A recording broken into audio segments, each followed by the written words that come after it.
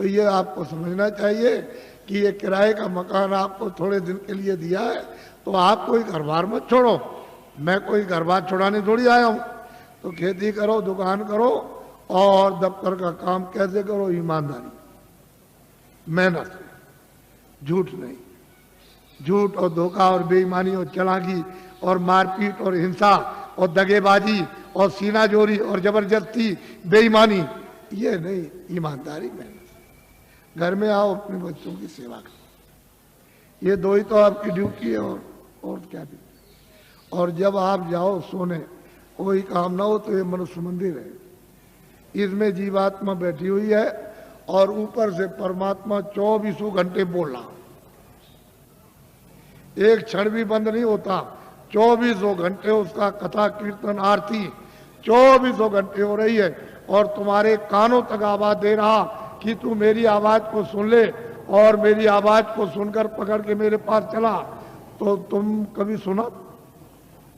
कूड़ा कचरा लाद लिया इस पर। तो मैं तुमको जरा बताता हूं, ये तो बहुत से डॉक्टर हैं यहाँ और आप पढ़े लिखे हो, विद्वान हो, आप जानते हो कि जीवात्मा कहाँ है इस शरीर में।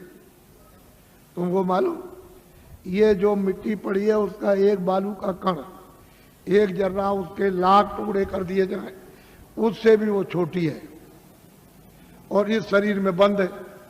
तो किसी ने एक्सरे में, किसी ने आले में बताया? कहीं नहीं पता चलता। सब लोग आला खींचते हैं कि इसमें कौन है, कौन निकल गया और कौन डाला गया, लेकिन कहीं कुछ नहीं। तो मैं तुमको बताता हूँ, तुम तो मतलब ये है कि मेरी बात पढ़े लिखे अनपढ़ सब सुनो। देखो ये मनुष्य शरीर, बच्चा पीछे हो जाओ, इधर पीछे मत खींचना नहीं फोटो को, ये सत्संग हो रहा है नहीं, आप कुछ मत करो। ये फोटो किस लिए खींच रहे हो? अभी मत खींचो। देखो मेरी तरफ, ये अनमोल मनुष्य शरीर है, ये मनुष्य मंदिर है, इसमें 24 घंटे देववाणी, आकाशवाणी, आसमानी आवाज, कलमा और आयतें हो रही हैं।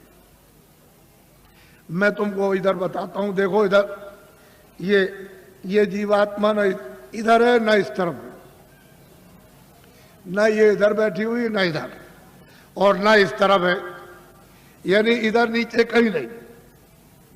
अब मेरी तरफ देखो, ये दोनों आंखें बीचों बीच में, ये जीवात्मा दोनों आंखों के मध्य में, दरमियान में ये बैठी हुई। यहां उस जीवात्मा में एक आंख है,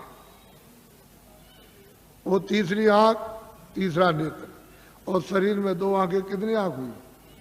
बोलो, जोर से बोला करो ताकि समझ में आ जाए। 3 आंखें हो गई। देखो इधर, ये जीवात्मा दोनों आंखों के बीचों बीच बैठी हुई है। उस जीवात्मा में एक कान है और शरीर में 2 कान। कितने कान में? 3 कान पे। अब तुम समझ लोगे तो जल्दी आ जाएगा।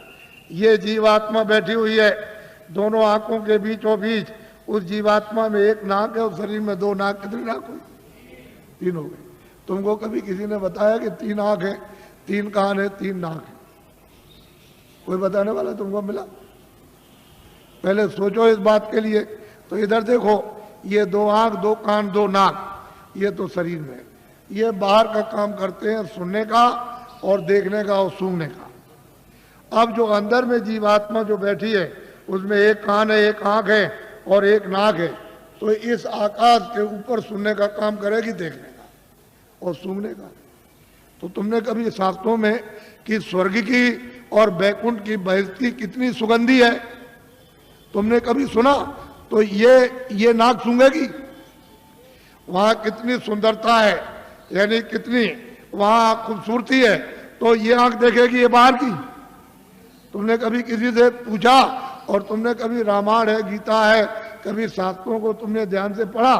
उन महात्माओं ने तो देखा था, उन्होंने तो तीसरी आंख, तीसरा कान उन्होंने खोला था। इन आत्माओं की जमीन जो ये दोनों आंखों के बीचों बीच बैठी हुई है, तो इधर देखो ये डंडा है, ये पूरा डंडा, पूरा का पूरा।